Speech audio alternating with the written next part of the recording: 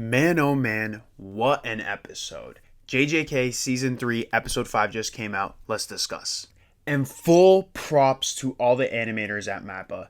They are animating this season to perfection. They are going above and beyond. The way they're adapting what the manga gave us is insane. The cinematography they are using to portray everything is above and beyond what the manga gave us, and I respect it so much. The way we get to see Panda, the way we get to see Yaga, this is some amazing stuff. All the paneling and imagery we get is literal beauty. This is amazing. This part hits so hard. I mean, seeing Yaga having to deal with the fact that his curse technique is seen as something that's negative. Obviously, it comes from the fact that they're just trying to get rid of him because of Gojo, and this is just an opportunity. But seeing that a curse technique that gives something life is seen as a threat because he can make an army is so brutal. I mean, this man has created himself friends, a community for himself, right? All these puppets that he creates with his curse technique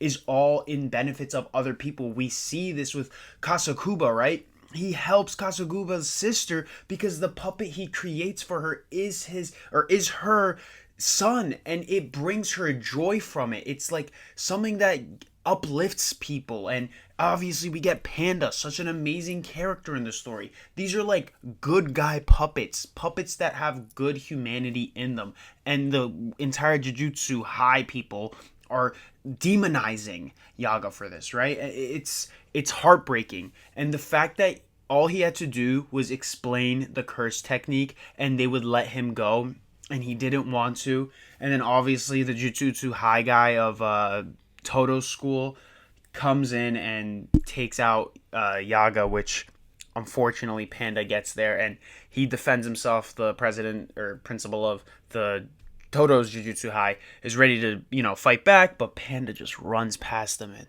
hugs Yaga and delivers such a beautiful moment, right? Where he says, just make sure you remember this. Even Pandas cry. What a heartbreaking moment, man. Panda did not deserve this. Yaga didn't deserve this. This is all just from the BS that the entire Jujutsu higher-ups are doing to these people, right? It's so heartbreaking, man. And in his final moments, he actually tells Gakuganji how the curse technique works, right? And he says it's to curse you, but I don't know if that's the case because, it doesn't really seem like a negative thing. He's kind of just like bestowing upon the knowledge that he was burdened with to him, and let Gakuganji kind of do what he will with that information. But it was so heartbreaking, man. I mean, amazing stuff. Shout out Panda, shout out Yaga. Gakuganji, I mean, Panda says it the best, right? He doesn't have ill will towards Gakuganji because he just sees him as the knife that was chosen for this situation. It could have been anyone, and he knows that him and Yaga didn't have any beef or anything between each other. It was just purely business, right? So shout out Panda, man. What a goat. Moving on from all that stuff, now we get Megumi and Itadori showing up to the fight club, right? This is in order to get Hakari on their side. This is the student that has been expelled, and this is the student that, is kind of just running his own fight club. Rule 1 about fight club, don't talk about fight club. And then, they show up to the fight club. They get a little bit of a business altercation here and there. Megumi using his brain a little bit to, persuade them and make it look like they're not there for other motives that they are there for, actually, right? And then so they finally get in. Itadori is selected as the fighter, and Itadori has to fight Panda. What?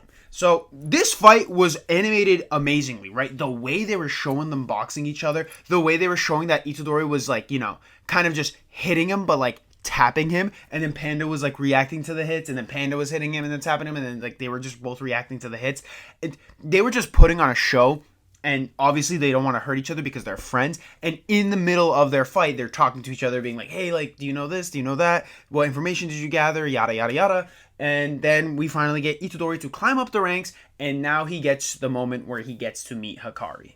And it's so funny to me that Hakari's voice actor is Zoro's voice actor. If you guys can't tell from my YouTube channel named Straw Hat Joy Boy, I am a massive One Piece fan. I do One Piece chapter reviews. If you guys are interested in that, go check it out. But I am looking at Hakari and I'm like, yeah, that's Hakari. That's JJK Hakari's. I'm listening to him and I'm hearing Zoro. I cannot hear anyone else. I'm hearing Toshiro Hijikata from Gintama, man. When I hear Hakari talk, I'm awaiting him to just drop a Luffy. I'm waiting him to drop some sort of Moss Head reference, right? it's so strange. I mean, I've grown up listening to this voice actor being Zoro and being Hijikata, that at this point, when I hear him, I'm like, that's Zoro. That ain't even Hakari. But I love this. I mean, this is real, recognized real, right? You got a GOAT voice actor on a GOAT character. You can't ask for more. And now let's talk about my GOAT, Hakari. And again, when I'm discussing GOATs in JJK, you literally just have to throw the literal meaning of GOAT out the window. I am talking about a bunch of people when I say GOAT, right? These are characters that are like top 5, top 10, top 30 in JJK, because that's how good this show is, right? We got Chozo, we got Gojo, we got Todo, we got Itadori, we got Maki, we got Hakari.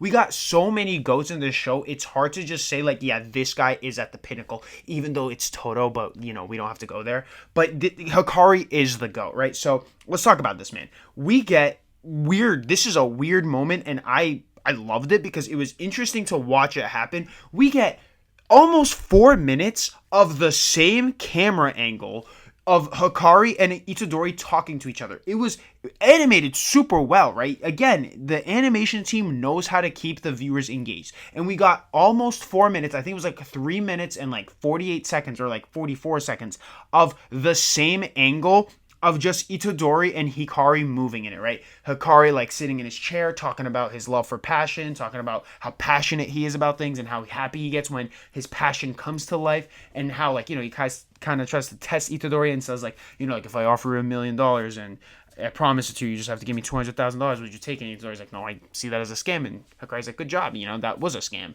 I'm trying to con you out. So it was great to see this way of animation, right? I was wondering when they were gonna take away from it, but as it kept going, I was thinking, I hope they don't. I hope this goes on for as long as it can, because it is a discussion point, right? So Hakari and Itadori are talking. All you just see is Hakari moving around in his chair, you know, legs crossed, getting up, talking to him. Itadori sitting on the floor or standing up, talking to him. And then the phone starts ringing, right? Which is like, dude, pick up your phone. And Hikari's like, no, I'm not going to pick up this phone, right? Go gets a drink. Itadori's like, no, I can't drink. And then Hikari like gives him whatever he gives him. I don't even remember. It was a water or something. But he gives Itadori his drink. He gets himself his own drink. And the phone is still ringing. I mean, Hikari just did not want to pick up this phone. And then I don't know why Itadori did this. Obviously, it is just a story at the end of the day. But Hikari asks, so like yada yada yada Gojo, just brings up Gojo's name, and then Itadori's like, I don't know Gojo. Dude, everyone knows Gojo. And Hikari says that. He's like, everyone that's a sorcerer knows Gojo. What are you talking about? And Itadori folds. He's like, oh no, my cover's been blown.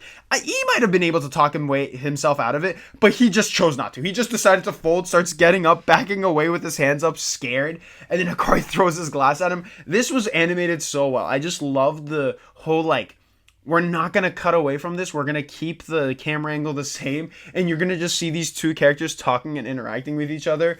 And then you get the moment where they bash heads. And then Itadori's like, please let me explain. And Hakari's like, no, you don't get to explain anymore. So this was some great stuff. Hikari's the GOAT. Itadori's the GOAT too. These are just some great characters and great interactions. And I love that in stories when you just get two characters interacting with each other and you get a cool dynamic between the two. So this was just some good stuff. And that's where the episode ends. So we're going to have to see what happens next week with this interaction with each other. But this was some great stuff, and I love the direction MAPPA went with it. And with that ending scene, we also get to see Hakari use his abilities, right? We get to see a little bit of that where he's closing those doors on Itadori as Itadori's trying to escape. And Hakari actually explains why that phone was ringing and he wasn't picking up. And it's because Kirara was calling Hakari, and usually that just means there's something up. There's something wrong with what's happening, and Hakari should be aware of it. So glad they brought that up. Glad that was discussed, because that phone, I was like, dude, pick it up, please. I'm a manga reader, and I was like, bro, can you pick up that phone? And I was like, oh yeah, that's why that happened, right? So that was great to see. So love this episode. And I just think MAPPA did an amazing job with this episode. They were able to finally implement the panda stuff, which I discussed in my last week's video, where I said how they skipped a chapter in between the Maki episode and the, Tengen episode, where we finally get to see Panda and what happens with Yaga. And now we get to finally get introduced to Hakari as well in the story. So this was amazing stuff. Again, cinematography and everything that they've done, the direction that they've taken this adaptation is amazing. I love the extra details they're adding to the story, or not the story, but just